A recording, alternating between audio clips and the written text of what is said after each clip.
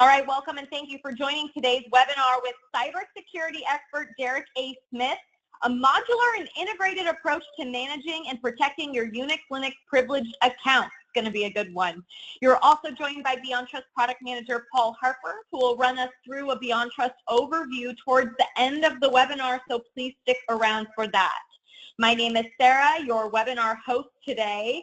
A kind reminder to please submit your questions via the chat box in the GoToMeeting console anytime throughout the webinar, and we will cover your questions at the end during our Q&A time. Also, today's session is being recorded, and you will receive a link to the recording and the slides shown here today within 1 business day from now. So at this point, I'd like to hand it on over to Derek, who will jump right in. Hello, Derek. Welcome to the line. Take it away. Hello, everyone, and thank you. Thank you, Sarah, for having me. Again, I'm Derek Smith, and as you can see, I do a lot of cyber stuff. I talk about cyber on television. I'm a professor for 25 years in cyber, and I work in cyber, and I do a lot of cyber stuff. So I love talking about it as well. So I want to get right into it because I have a lot of stuff I want to share with you all today. And I want to start with an introduction before I get into this slide. But basically, most of you know what privileged accounts are, and you know that they're a necessity in any enterprise IT environment that we have. Our administrators, they have to have these enhanced privileges in order to manage that environment. But as you all probably know, privileged accounts also introduce some serious compliance and security risks for us and in our organizations. Excuse me. In particular, those privileged accounts are often what we call all or nothing. For example, in a Unix environment, since that's what we're talking about, enabling a help desk member to perform even simple password resets requires granting them full administrative rights. And that can be misused either intentionally or by accident, of course. And also, when we look at privileged accounts, they're difficult to manage, any type of privileged account. I don't care if it's Unix or whatever. And by the way, the things I'm going to talk about today, they can be used for, any kind of environments, but we're focusing on Unix today. So since a lot of people and systems need access to the same credentials, it's difficult for us to keep those credentials secure and to change them on a regular basis like we should be doing, and especially to hold people accountable for the actions they take using those credentials. I was looking at the last, I know all you probably read this, but the Verizon Data Breach Investigation Report. It found that 76% of breaches exploited weak or stolen credentials. And, that's one of the biggest things. And then what happens? Those people will come inside us because they're using credentials that we think should be there. It also said that 13% resulted from privilege misuse and abuse once those people get in using our credentials, and then they escalate their privileges. So this webinar, I'm going to focus on how you can protect your organization by outlining some clear steps or some modules that I have that you can use to, or you can take, you can use to mitigate your security risks or your privileged accounts. Okay. So let me start with what you see highlighted here. What is a privileged account, or what is a privileged account management at least? So it's sometimes called privilege identity managed or privilege access managed or whatever you want to call it. But basically it focuses on controlling and auditing access to administrative or privileged accounts. And those accounts have the rights necessary for us to perform administrative tasks like setting up an account or resetting somebody's password or installing some software updates and a lot of other things.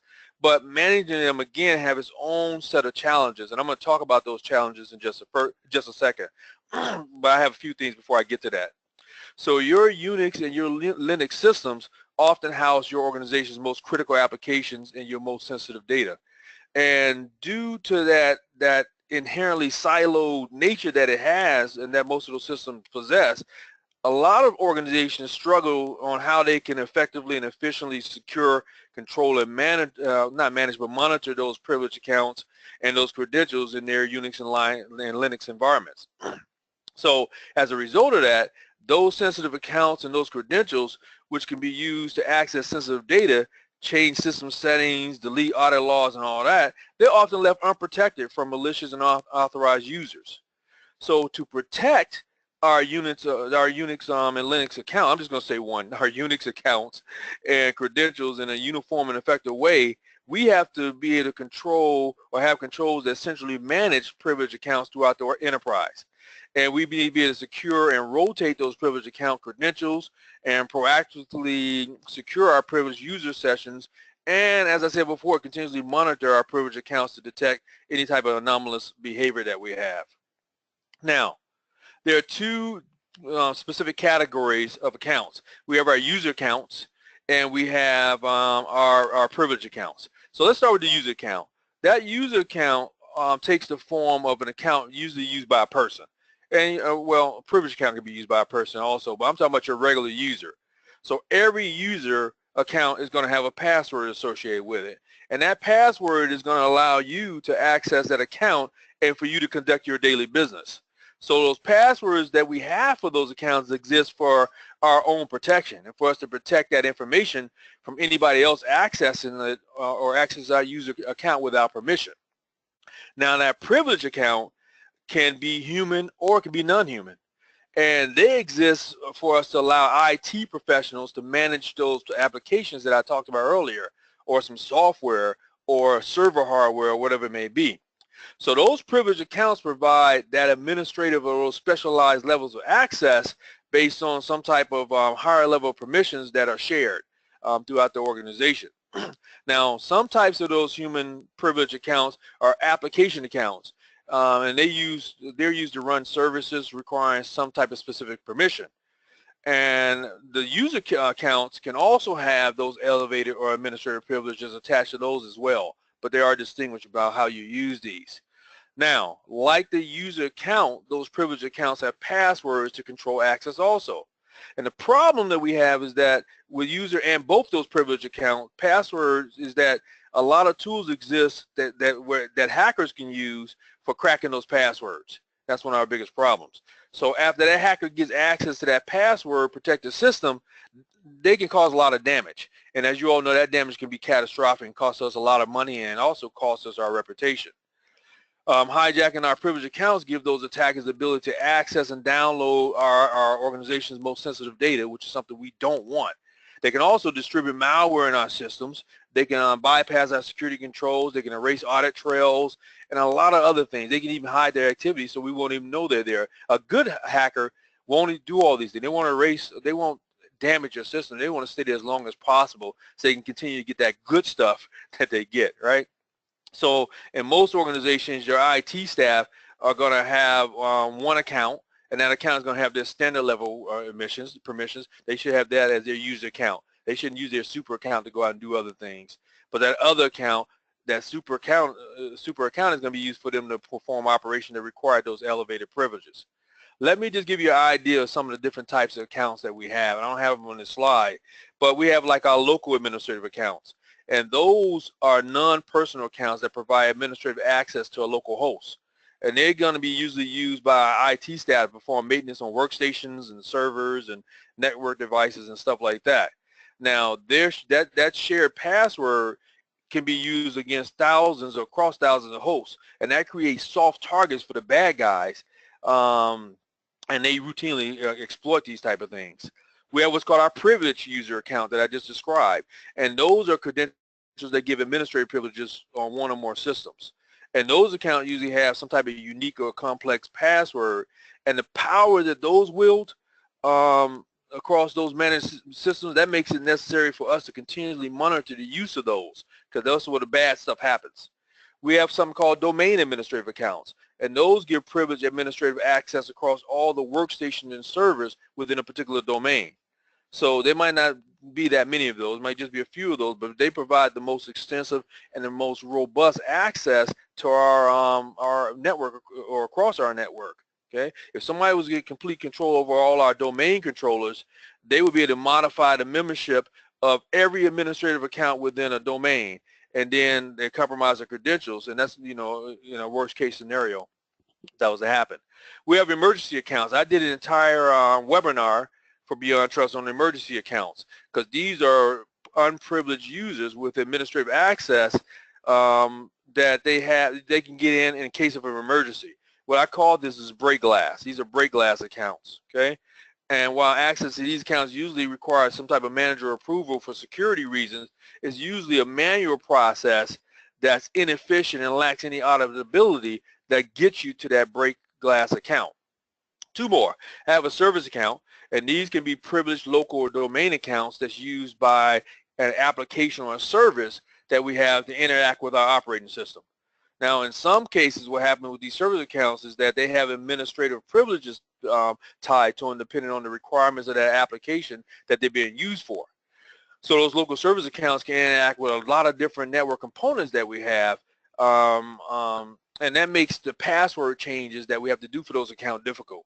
And that usually means that the passwords are rarely changed, and of course that can be a significant risk across our enterprise too. And the last ones are application accounts. Now those are accounts used by applications to access databases and run batch jobs and things like that. So those passwords for those accounts are often embedded and stored in some type of encrypted text file. And a vulnerability that's replicated across multiple servers provide fault tolerance and things like that for applications. But it represents also a significant risk to us because the applications are often the exact data that advanced persistent threats and hackers and things like that are looking for. So we have to make sure that we're protecting those. So those are some of the accounts that we have, and unfortunately a lot of these accounts are often misused. So to keep things running and to avoid application downtime and insufficient privileges and all that kind of stuff, we have to make sure that we have some good practices in place that's going to keep our passwords and our access management and all that kind of stuff safe. So I'm going to talk about that today. Okay. All right. Real quick, user versus super user count, kind of describe that, but a user count usually represents, as I said before, a human identity, such as if you had Active Directory or something like that, a user account. And usually I said it has a password and it has, in it to restrict access to that account. And usually just a single password per human user that we have distributed to. Now that privilege account, again, can be human or non-human, as I told you, and does not necessarily represent human beings. So an example of that would include an application account that's shared by IT staff or, something like that. So those privilege account passwords of course, should be set to very large, complex values and stored in a secure vault. And I'm going to talk about secure vaulting as I go on in this presentation. Okay, if we properly stored or properly vaulted, those accounts don't need to be memorized or don't need to be written down somewhere where somebody can compromise it. Okay, so who uses these accounts? I kind of gave it to you in my introduction there, but usually it's a system administrator. And they're responsible for managing your environment, or an IT administrator using it for specific software, hardware, and things like that. And they can install hardware, they can access sensitive data, they can reset our passwords for us, log into all the machines inside the environment, use elevated privileges to make changes to our IT infrastructure. So you can see that those are very, very powerful accounts. For us in the Unix environment, one of the most powerful is our root account, right? So our root account are the most powerful accounts on our Unix system, as you see here. And without that root account, as you see, it says management security tool to bring accountability. Organizations face several security and non-compliance risks. First of all, there's no safety net. For example, if I take a Unix account or Unix, if I have a Linux or Unix system administrator or administration, it's performed by an admin and they're tired, let's say, or they're a little careless, there's nothing preventing them from accidentally deleting a system file. Okay, there's no safety net. It's gone, it's gone. No accountability. So if a disgruntled employee uses the account with ulterior motives, there's no way to tell which employee caused the damage to that account. All right. Also, transfer privilege. So if an application is executed using that root account, that application gets the full network privilege of root. So because those applications can contain vulnerabilities, you see how this can create a vulnerability point of exploitation, be a problem. I mean, ideally, the use of that that Unix root account should be limited, and the utilities that we use, like sudo, if you guys are familiar with sudo, that's one of the ways we can have accountability. But if we have something like sudo in place to raise privileges, we can put that there in order to raise privileges and keep the users accountable, as I stated. So in the case of some type of shared account, as well as for certain configuration changes, root access is going to still be required for us. I'm sorry, let me silence my phone. Be required for us. Now, there was a survey out not too long ago, and that survey said that nearly half of the surveyed organizations have more than 100 privileged accounts. So that's a lot of accounts for us to keep up with. Also, it says more than half of those, 53% of them, have more than 10 administrators that have to have access to those accounts. And more than 27% share passwords among 10 or more administrators. That's really bad, and I'll talk about that later on. And then 2/3 share them among at least 3 administrators. And privileged accounts, of course, as we know, are a big problem. But they're not going away, and often they're going to be the prime source of security breaches if somebody wants to break into our organization.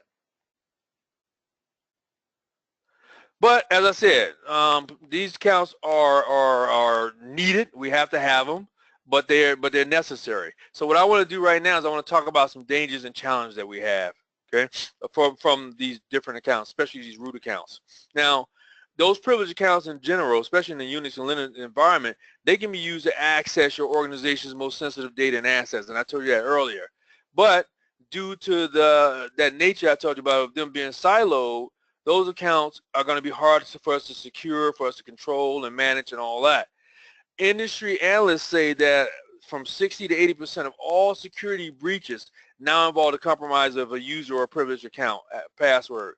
So doesn't that tell you something? That tells you that we need to do all we can to try to make sure that we are able to secure these types of accounts and put the practices in place that I'm going to talk about today. These are prime targets for attack, folks, and therefore they should be the prime thing that we want to secure, okay? Now, as you all know, you hear this term all the time, privileged accounts give people the keys to the kingdom for any IT environment. I don't care what type of environment, Unix, Linux, Windows, whatever it is. It only takes one compromise, one privileged account compromise for an attacker to gain access to almost all the information that we have in our IT network. And when they compromise our privileged account, they can perform a malicious activity, they can steal our sensitive information, they can commit financial fraud. I used to be a federal agent, so financial fraud can be committed here, all kind of white-collar fraud and crime. And often, they remain undetected for weeks or months at a time. I've seen several of them. I've been victim of several of them. I worked at Booz Allen, and we discovered some things that have been in our system for over 6 to 8 months. Okay, so it's a long time. Now, a study said that most cybersecurity breaches go undetected for more than 200 days. So you can imagine how much damage is done to our systems during all that time. Okay, now let's look at why privileged accounts are prime targets for hackers. Mainly, well, we already said it's the keys to the kingdom, and the danger there is obvious. So they are able to get that privileged account and escalate their privileges to steal information, and probably damage the reputation of our organization also. Okay, so I want to talk about what happens when things go wrong, when they compromise our privileges. And I already told you, with up to 80% of those breaches resulting from stolen or weak passwords or credentials, the path to compromising our privileged account is pretty simple. Okay, the hacker's most preferred pathway is privilege exploitation and then escalating those privileges. Going through things like well, let me show you some of them. Okay, but compromising our end user accounts. So they use malware or social engineering to get access to our desktops, our laptops, our servers, and all that. And our employees are going to be fooled by things. And let me tell you, I even fell victim of the one a week ago, but fooled by phishing scams that ask them to click on a link or download a piece of software with malware hidden inside or something like that. Just 2 weeks ago, I got an email at work. I'm a cyber guy. I got an email at work saying, somebody, you got an award from somebody at work. I'm like, oh, cool, I got an award? And I'm like, I don't know about this. I think this might be something hinky. But I couldn't resist clicking on it, thinking who might have given me some type of award at work. And luckily it was a phishing exercise at work, and it came up with one of the banners that said, had this been a real, a real attempt, I would have been compromised. So me, with 30 years of security experience, I still fear for it. So you see how the typical employee can fall for these type of things also. Okay. Privilege account capture. So attackers need a privileged account like that root account to move around throughout your network or your system. So after they compromise your password and they capture it, they can log onto a network and simply bypass a lot of the traditional IT security controls because they appear, as I told you, as an insider, as a user with legitimate credentials. So that becomes a problem. Once they're in there, they have unlimited network access.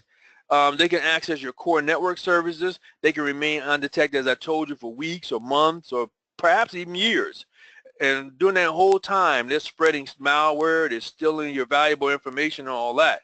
And they can compromise your accounts from end users or from privileged accounts that fail to modify and change default passwords. A lot of people, you listen on the phone or on this webinar are probably pretty savvy security-wise.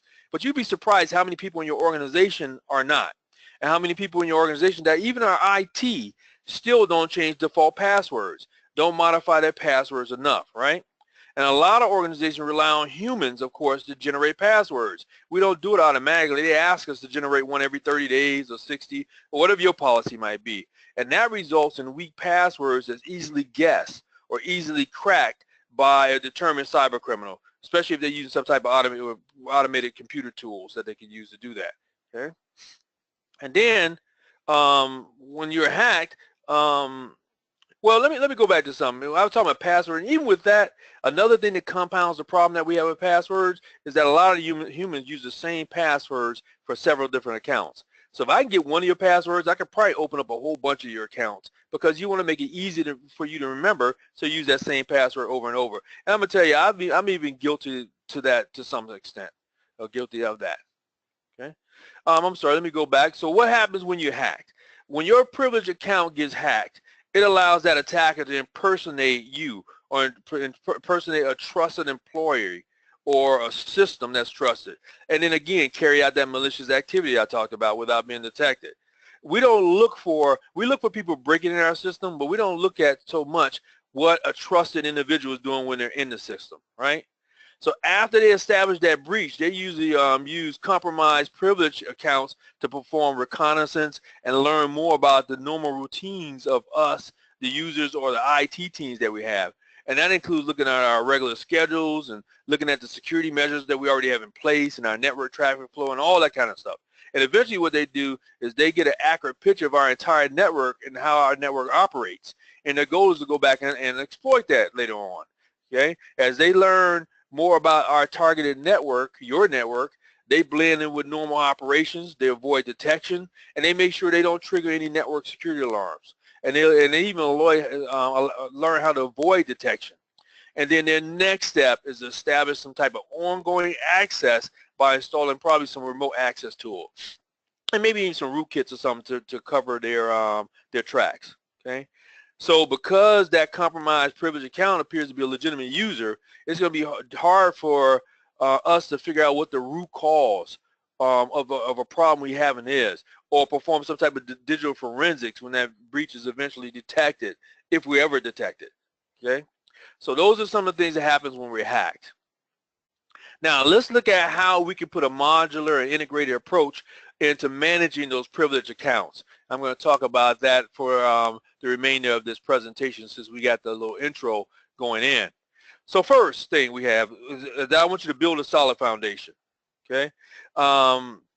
First, you need to lay that foundation just like you lay the foundation in a house. And so building that solid foundation to manage and secure your privileged accounts is going to help you be more scalable and flexible when you adapt the new technologies that I may recommend or that you may want in your organization. It's key to protecting your critical assets and ensuring only those trusted and those authorized employees across your organization access the right data and the right systems. Okay. Another thing I want you to do is I want you to establish PAM security rules and controls.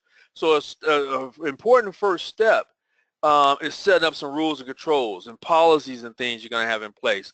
Rules like I mentioned earlier, like changing your default IDs and your passwords for your built-in privilege accounts. That should be a standard. Okay, you shouldn't use stuff, of course, straight out of the box. But research shows that 1 in 5 organizations have never changed their default passwords, such as admin or 123 or something like that on their privileged accounts. You have to make sure that this happens. You know, the hackers are looking this stuff up, and they know what if they can figure out what your device is, they know what the password is, you know, the default password. Things like writing a formal password policy, as I said, for your privileged accounts to ensure accountability for that, okay? They should be based on, you know, the classification of your privileged accounts that's specific to your organization, okay? And this stuff out there, you can find policy templates online like I do. Go search for that stuff. You don't have to start it from scratch. And then don't allow your privileged accounts to be directly shared, because those shared credentials among your IT administrators is going to make it very easy for any attacker to escalate their privileges or their permissions and gain access to your sensitive information. So we start with that. We start with laying that foundation. Okay. All right, so I'm going to get into this just for a second. I'm going to take another look at something. You could, a few other things that I didn't mention. Let me go back a slide. Things I didn't mention when you're looking at your controls. Monitor and record your sessions for your privileged account activity. You know, make sure that you know that you can enforce proper behavior and avoid mistakes by your employees by monitoring what they do. Control your new privileged account creation with a formal review and approval process. You know, just like your change control process and all that. So I would suggest you use some type of automated software that can run periodic discovery for you to identify new or unauthorized privileged accounts, so you can know that, number one, they're there, and number two, what to do about them. Okay?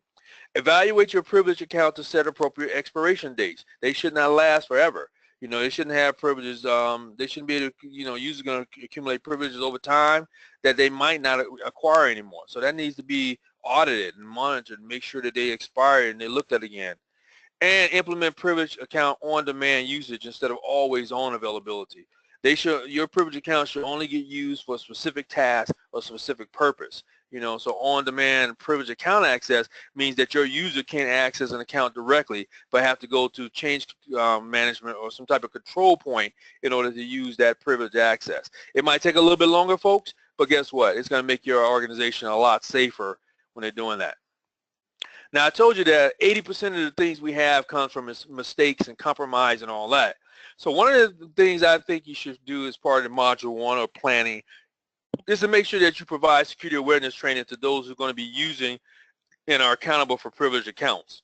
Now, I know that we do cybersecurity awareness training for everybody in our organization. Most of you probably do it on a yearly basis. But you have to make sure that there's specific training for those folks, for your IT folks, who are going to, especially the ones that are going to use your privileged accounts, okay? It should emphasize the critical importance of those privileged accounts and the security around them, and include your IT security policies and things like that. They have to be educated too. We take it for granted that our IT folks know what they're doing and know what they shouldn't do. We want to make sure they do. Plus, you can't hold people accountable if you don't first tell them what they're doing wrong, okay, or what how they should be doing things right. All right, and also utilize tools to help you automate. Okay, look for tools that's going to help you automate the discovery, security, protection of those privileged accounts. Any software tools you evaluate should give you ability to continuously discover privileged account, like I said previously, store those privileged account passwords in a safe vault that I mentioned earlier, automatically rotate those passwords on a regular basis, effectively monitor and report on those privileged account activity. You need to know what's happening with your privileged accounts. And then you need to deploy what we call least privilege. My partner called it, I can't remember what word he used, but instead of least privilege, he said something like just enough privilege. And that means just enough privilege to get the job done the way you need to have it done. Okay? So utilize those tools that's going to help you. So that's the first part. You lay your foundation with policy, governance, and procedures, right, and training. And then we move into this next part. So here's some steps you can use to lay that foundation. First of all, do a needs analysis. You know, document the needs of your organization. You cannot protect something if you don't know what it is you're protecting. So that should identify the problems that's in your existing business processes that you have. And those resulting requirements should be the map that you use for your technical specifications. And they're going to be fed subsequently into your technology selection and your implementation design that I'm going to talk about in a few minutes. Again, I mentioned the release privilege principle, so you want to deploy that. You want to plan for your privileged access management at the enterprise platform level. And what I mean by that is that a lot of organizations often find it advantageous to centralize the responsibility for the management of their servers and databases into one internal infrastructure operation team rather than several stovepipe teams spread around the organization. So creating this central team is going to encourage consistency in your configurations of those resources, and it's going to foster consistency in the level of service that you deliver throughout your organization. Okay, and that, but what happens though with this, here's one of the problems with security folks, right? This can also increase the risk from privileged access violations, as you have your administrators, they're now able to have privileged access across an entire enterprise rather than just within an individual business unit. So we have to be cognizant of that. What happens is this: if you're going to have a successful PAM program, you have to understand the potential risks of this increase in access by classifying the type of agents that exist within your enterprise and the scope of those agents' access and the operational processes used to manage the accounts for those agents, and then make sure you take a holistic view around that and put something in place to make sure that you monitor it, audit it, and you safe keep those privileges. Okay? Same thing with the application level. You should plan, you should have consideration for how those privileged access is going to be granted, revoked, and monitored around applications and stuff like that. This is part of the system development lifecycle. The benefit is by observing the maintenance phase for applications and the software that failed to do so and all that. I'll have what I want to say, access or insight. That's what I'm looking for as to how this stuff works. Okay. What else do we have? And then controlled selection and layering of the things that you have in place. So here's what I mean. We want to deploy the defense in depth model. I'm sure you all are familiar with that. We want to have security by design. Okay, and that should be used, of course, and it is used, I'm sure, when you're choosing your security controls at your enterprise level, and they can be applied for your privileged access management also. So those controls can be applied at both the platform and the application levels, and that's what we want to do. So access management don't have to be all or nothing, like I mentioned earlier in the presentation. But with a lot of organizations, what they assume when they assume access, they assume access has to be privileged or non-privileged. You know, your administrators may need elevated access to do their jobs, but they likely don't need unlimited access to all the information stored on the system for which they're responsible. So some partitioning can take place. As a matter of fact, not only should it take place, it's necessary to keep those administrative duties and information processes separate. That's what we want to have. So for us to go out and achieve a layered security in our management model, you want to consider the value of the information privileged users might be able to access and the potential risk if this information is compromised. All right, next we want to implement the system. Okay, identity consolidation is one of the first things I talk about for implementation. So we know that users are the heart of both the challenges to our solution, the challenges that we have, and they're also a solution. So more specifically, what I mean is that managing user identities and their associated roles and entitlements are important for us. And the objective I have here is straightforward. I want to unify identity across all business platforms. I don't care if it's Windows, Unix, Linux, Mac, whatever it is. I want to reduce silos, and I want to reduce the overall complexity that we have. All right? This part of privileged access management is neglected a lot of times.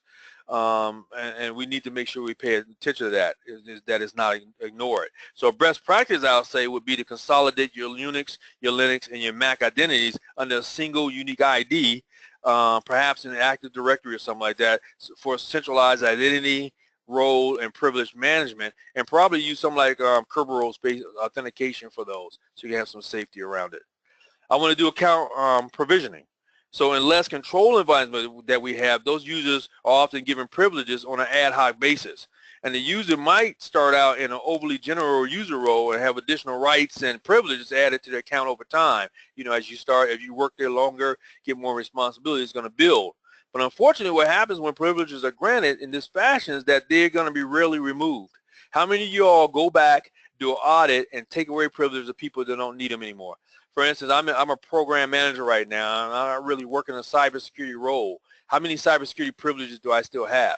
Or how many sysadmin privileges do I have from a different role? Okay, so unfortunately, when privileges are granted in this fashion, they're rarely removed. So they accumulate a lot of almost administrative privileges over time without anybody being aware of it. So to combat this, we need account provisioning. Okay, has to be considered as part of our process. I've talked about this earlier, but I want you to implement password vaulting, because password management in itself can be a chore. You know, all these passwords we have floating around our organization, for our environment, and it can motivate some users to circumvent rules by, of course, writing down their passwords. Go into your organization now, turn over any keyboard and see how many passwords are written on those keyboards, or they share them with other people and things like that. So that's a concern for our privileged users, especially, as of course they have that privileged access to a lot of different systems.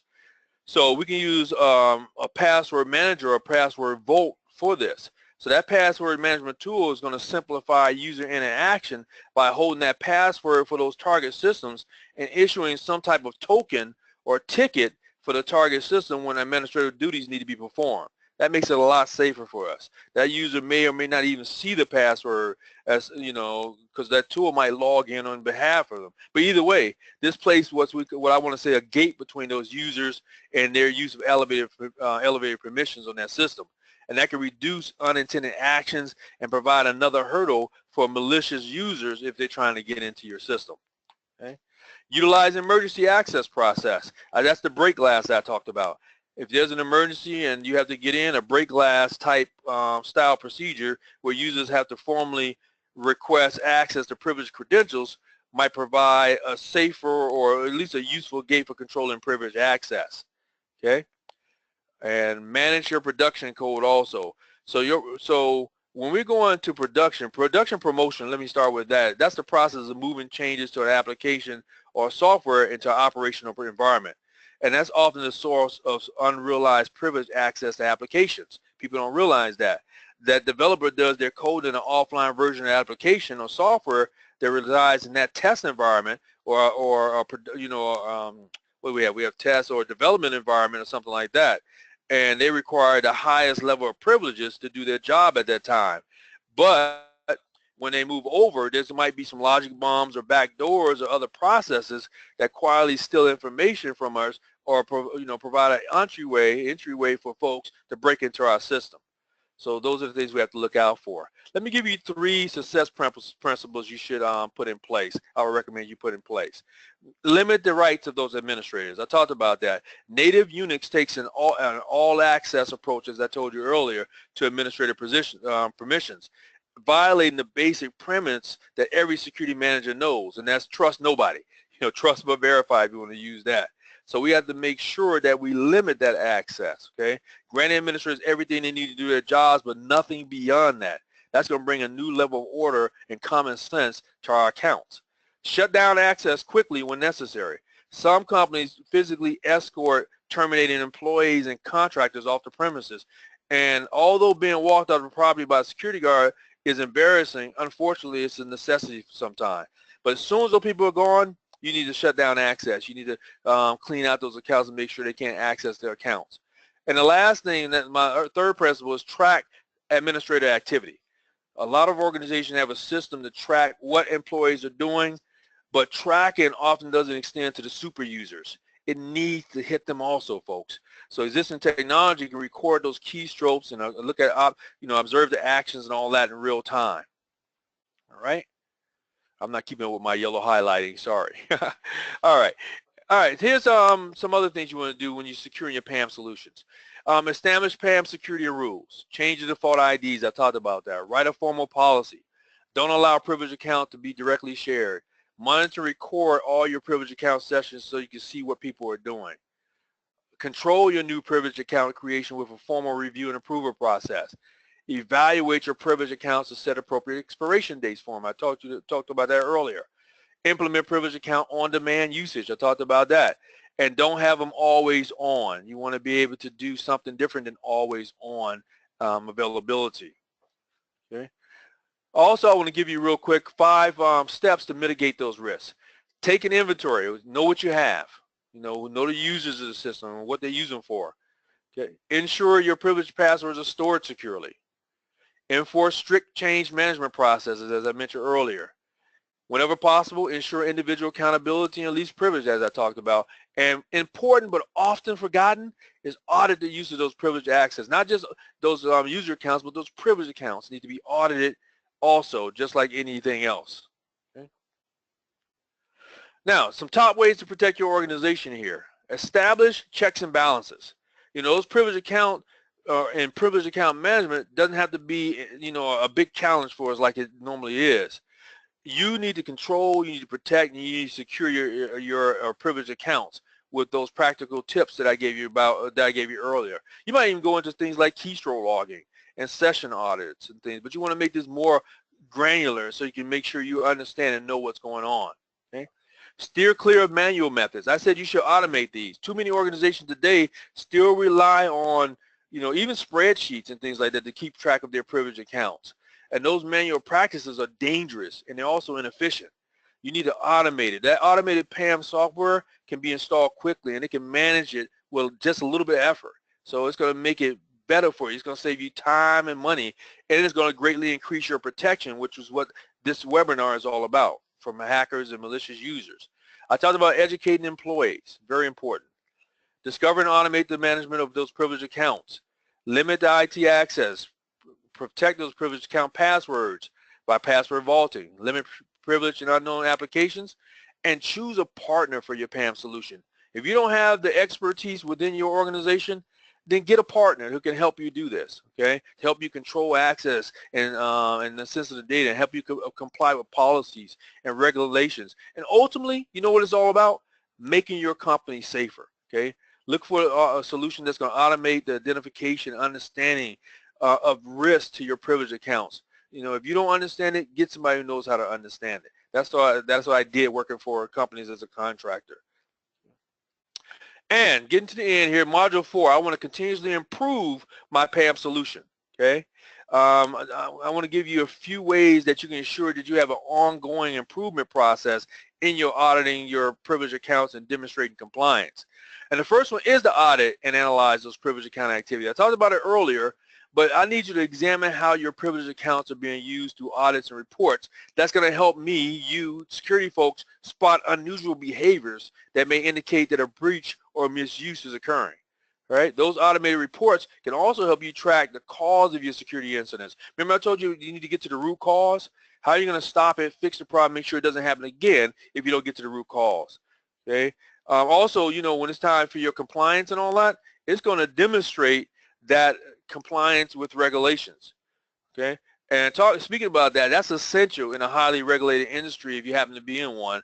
When you have to satisfy government mandates, you're going to be, that PAM security is usually considered an essential part of most people's cybersecurity protection strategies. So that's going to demonstrate compliance for you.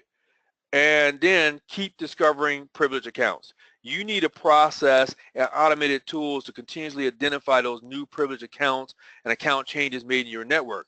It's the only practical way for you to maintain the visibility and the control you need that's necessary for you to protect your critical information. Okay? That's some other things, but the main thing here I want to end up with is that PAM is just one essential component in your strategy. Integrating that PAM as part of the broader category identity access management is going to ensure that you have a safe environment in order to operate in order to work with. It could also be used to improve insights into your vulnerability assessments, IT network inventory scanning, virtual environment security, identity governance, administrative and behavior analytics, and a whole bunch of other stuff. So by implementing a comprehensive plan for PAM security, you can protect your organization from cyber threats. So I want you to go out and I want you to start assessing your privileged Unix and Linux accounts today, all the different accounts that you have. And my partner, Paul, is going to come on right now, and he's going to tell you how exactly you can do that. Paul, you there? Yep, I'm here. Thanks very much, Derek. All right, so yeah, that was, well, it's a lot of information in a short period of time, and, you know, some great advice, and, you know, as much as it's good to hear all of that stuff, probably leaves you know, a number of people wondering, you know, just how they're actually going to go about implementing and managing a lot of those controls or safety features, basically, to help protect your network or secure your privileged accounts. So really that's what Beyond Trust is all about, right? We have a range of solutions that basically help you deal with a lot of those threats and managing your privileged accounts. I've got five, maybe 10 minutes here at the end of this session, so there's no way we're even going to scratch the surface on all the stuff that Beyond Trust as a company offers. But some of the things that Derek was talking about, folding credentials, Active Directory bridge, changing the passwords, automated password changing, managing SSH keys, application access, session management, all of that good stuff. Specifically though, obviously we're focusing on privilege management, basically how we're dealing with those privileged accounts.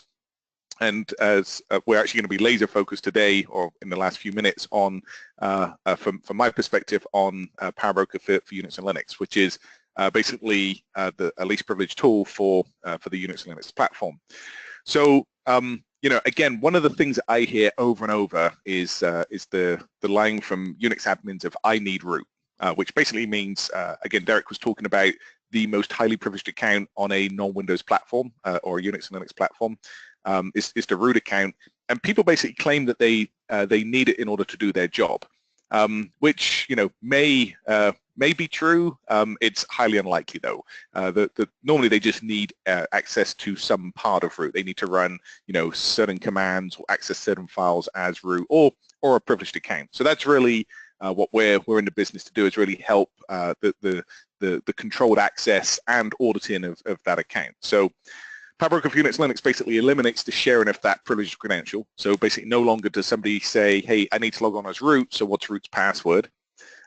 We track and audit the activities that are performed under those higher privileges. So you can do things as root. Derek mentioned my favorite saying, which is just enough privilege. Give people just enough privilege to do their job, but they don't need any more. They don't need any less, because obviously that way you're, if that was the case, you'd be impacting that admin or user's performance. But if you give them too much permission and don't track the use of that permission, then you end up with permission bloat, or basically an attack vector, right? For people, if they compromise that account, just like if somebody compromises the root account, you're subject to a much more severe breach. So we're about limiting what that user can do, so that they can do their job effectively without over permissioning that user.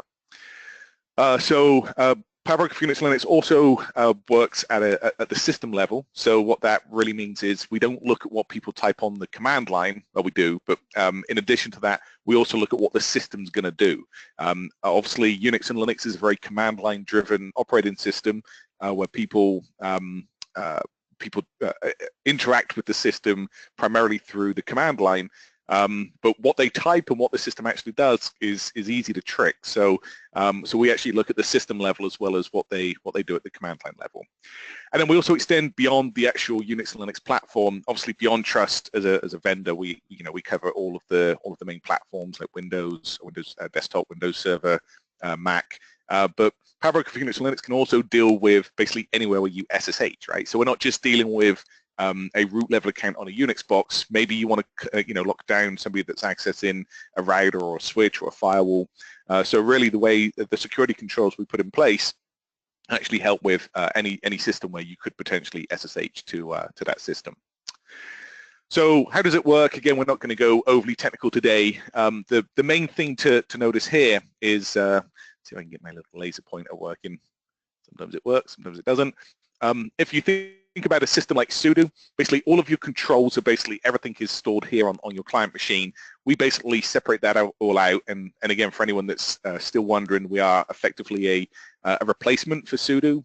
We also have some tools that help augment sudo. So if you want to continue using sudo, we can make the management and security and login and auditing of sudo much more efficient, much easier for you. But most people choose for a replacement, which basically offloads a lot of the processing to dedicated policy servers and log servers. So things like who can do what, where they can do it, all of the stuff that goes into policy can be stored here, and basically referenced by an external server. Very importantly though, all of that event log data, so think of it as like a photograph at a moment in time.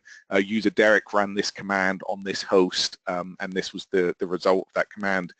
all actually get stored, again, on a dedicated server away from the actual client. It's never actually, it's not stored on the client and replicated. It's actually written directly to log servers. And optionally, again, one of Derek's great recommendations is make sure that you do session recording, not just for normal user activity, but anywhere where a privileged account or sensitive information is being accessed. So we can optionally turn on a session recorder. Again, all of that data is recorded directly to a separate server. So the big thing really to see with this picture is we separate all of the policy controls, the auditing controls, to a separate area of the network, separate servers, separate disk. And then we also make all of that available, obviously from an audit perspective, we can perform analytics on that data, reporting, that sort of stuff. So a couple of other slides. I talked about the fact that we can look at stuff on the system level. Why is that important? Basically, we're basically auditing things like activities inside a script. So again, when you're interacting with the command line, maybe somebody runs a script, you want to know what that script actually done to the system, or what commands were inside, not just that somebody executed a script. It's no good seeing just what they typed on the command line. You need to know what the effect of that action actually was. We can also control things like file and folder access. Even when you give someone that most highly privileged account of root, we can still control what they're actually able to do, even if the native file system permissions actually allow you to do things. This actually also allows you to stop basically tampered binaries. So again, you could rename a binary, you could symlink to a binary, that sort of stuff. All of those are completely locked down with our policy and controlled. And again, I've already mentioned that we have, an amount of analytics and reporting, so you can actually go and look at all of this information. And again, this is part of that ongoing monitoring. It enables you to, easily search and see what's going on from a review perspective, as well as a forensics perspective. You can have scheduled reports so that, the information just lands in your inbox once a week, once a month, whatever, to review, build your own custom reports, all of that good stuff. So we were scheduled to do a demonstration. Again, I've only got a few minutes left, so I will jump over just for anyone that's curious to see what some of this actually looks like. It's going to be an extremely high-level demo, but just so you understand, again, some of the points I'm going to make reference as we go through all of this. That Derek said was, try and consolidate your IDs, use like a centralized authentication system. So I'm actually going to use a Kerberos sign-on here just to get me logged on to a Unix box. We'll just make this window a little bit bigger so we can see some stuff that's going on. And again, for anyone that's not familiar with what it looks like when you do privilege elevation from a command line, if I was to issue a command like who am I, just reports to user that the command runs as, I can choose to elevate that. Again, it will actually go off to a different server, be authorized. The elevated user is reported back to the requesting user, and it runs as root. This is purely just for demonstration purposes, so you can see what's going on, but it's actually going off and being processed somewhere else. We can do all sorts of clever things here, like when I run certain commands, we can have the user retype their password. I perform single sign-on to get on using my AD credentials, but maybe I want to revalidate that I actually do know my AD password at this point. So again, if I type in the correct password, then the command's going to run. We can also do really clever things, like we can integrate with ticketing systems. So here I can say, hey, in order to get an elevated session, I've got to provide a ServiceNow incident number, and that could be validated against directly against ServiceNow, whatever requirements you want to have. Is it an open ticket? Is it set to a certain severity level? All of those sort of controls. I actually won't do that just in the interest of time today. And other things as well, if somebody claims that they really do need access to root, you don't actually have to give them the root password.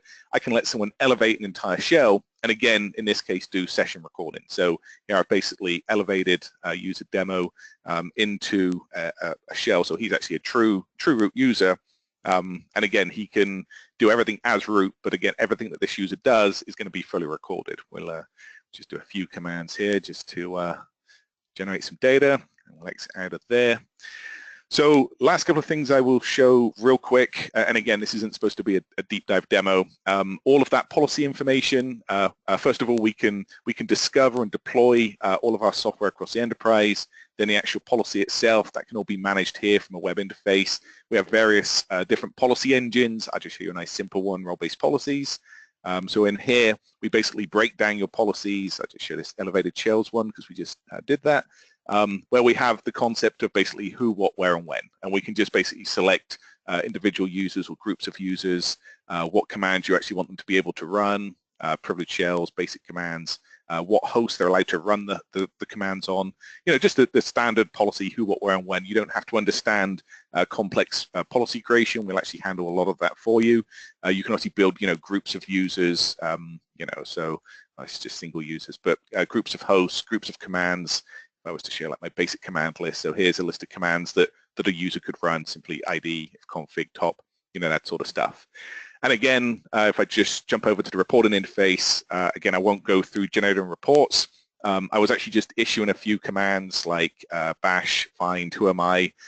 Those are already reported back up here. We can associate risk levels with those.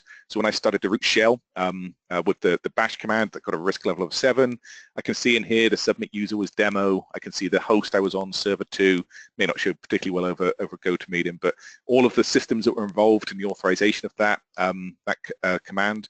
And lastly, this really will be the last thing I show, is I can, and again, there's various ways I can actually search an index of these session logs. Here's a few commands that I've run recently, like within the last couple of days.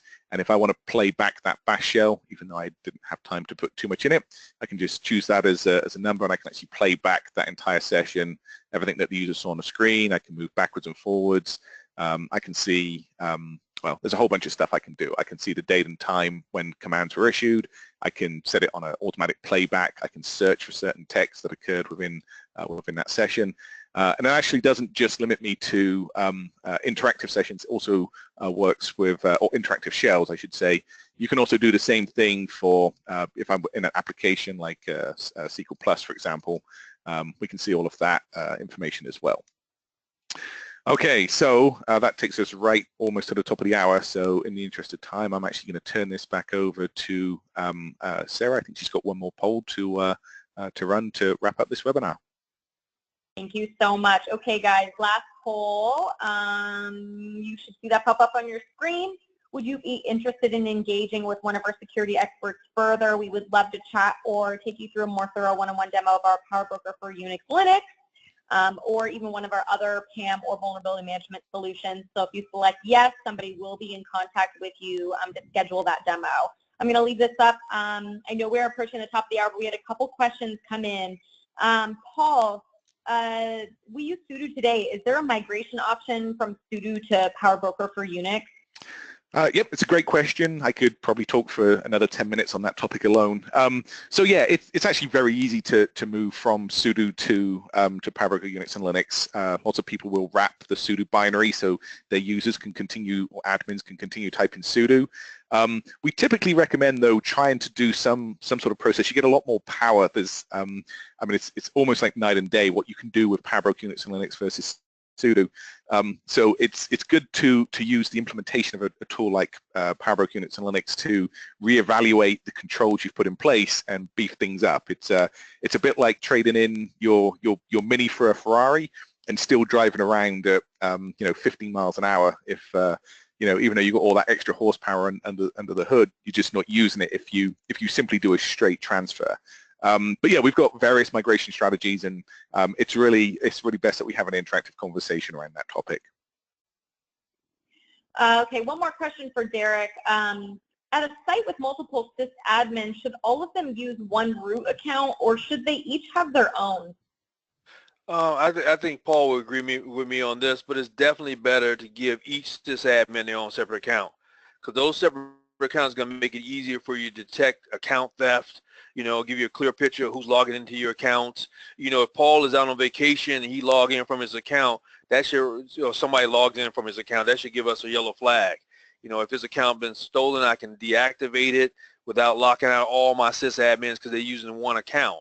So, of course, it's much better, unless you think your admins can't be compromised or those accounts can't be compromised, it's much better that you give them all their own separate accounts. Yeah, actually, they should all have their own non-privileged accounts and then elevate to privileges as need be. So really, nobody should have access to root, a single root account or multiple root accounts. But as each of those non-privileged admins need to do stuff with privileged authority, at that point they elevate just the command or their shell, as I just showed in the quick demo.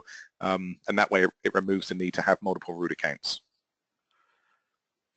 If you're a Guardians of the Galaxy fan, they can't go around saying, I am root. I'm sorry, I couldn't help myself. And with that, we're going to wrap it up. Thanks so much, Derek. Hey guys, a reminder too, you will be receiving a follow-up email with the recording and the slides shown here today. It will come from our email alias communications@beyondtrust.com. So make sure that that email is whitelisted so you receive that follow-up without interruption and future webinar invitations. A huge thanks, you guys. Great, a lot of content to fit into an hour. So thank you so much for being here today. Paul and Derek, you guys rock. And we will see you guys at the next one. Everybody have a wonderful rest of your day. Thanks again. Take care. Bye-bye. Thank you.